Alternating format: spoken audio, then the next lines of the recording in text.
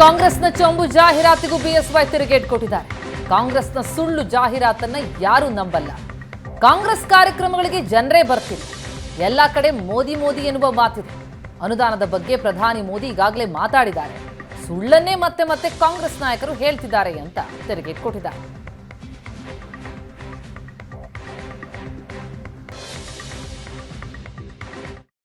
ಅಧಿಕಾರ ಇದೆ, ಸರ್ಕಾರ ಇದೆ, ಜನ ಅವ್ರ ಕಡೆ ಸೇರ್ತಾ ಇಲ್ಲ.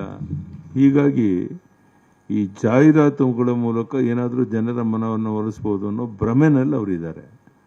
ನಾನು ನಿಮ್ಗೆ ಹೇಳ್ತೇನೆ,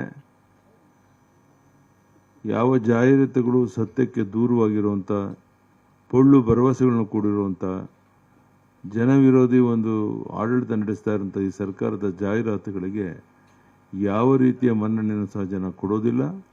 ನಾನು ಈಗ ಹೇಳ್ತಾ ಇಲ್ಲ, ನಾನು ಚುನಾವಣೆ ಆದಮೇಲೆ ಮತ್ತೆ ನೀವು ಸೇರೋಣ, ಅವಾಗ ನಿಮ್ಗೆ ಗೊತ್ತಾಗುತ್ತೆ ಈ ಜಾಹೀರಾತುಗಳು, ಈ ರಾಜಕೀಯ ದೊಂಬರಾಟ ಯಾವ ರೀತಿ ಜನ ತಿರಸ್ಕಾರ ಮಾಡಿದ್ದಾರೆ ಅನ್ನೋದು ನಿಮಗೆ ಗೊತ್ತಾಗುತ್ತೆ.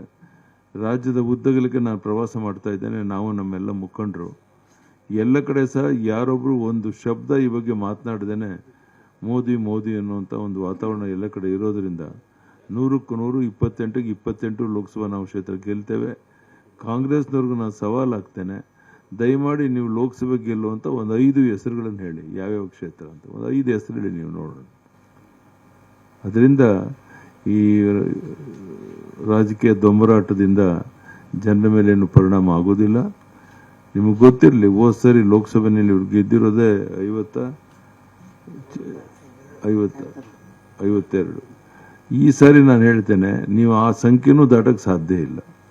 ಯಾಕೆಂದ್ರೆ ಇಡೀ ದೇಶದಲ್ಲಿ ಬಿಜೆಪಿಯ ಗಾಳಿ, ನರೇಂದ್ರ ಮೋದಿಯವರ ಗಾಳಿ ಬೀಸ್ತಾ ಇರೋದ್ರಿಂದ ಈ ಬಾರಿ ಲೋಕಸಭಾ ಚುನಾವಣೆಯಲ್ಲಿ ಕರ್ನಾಟಕ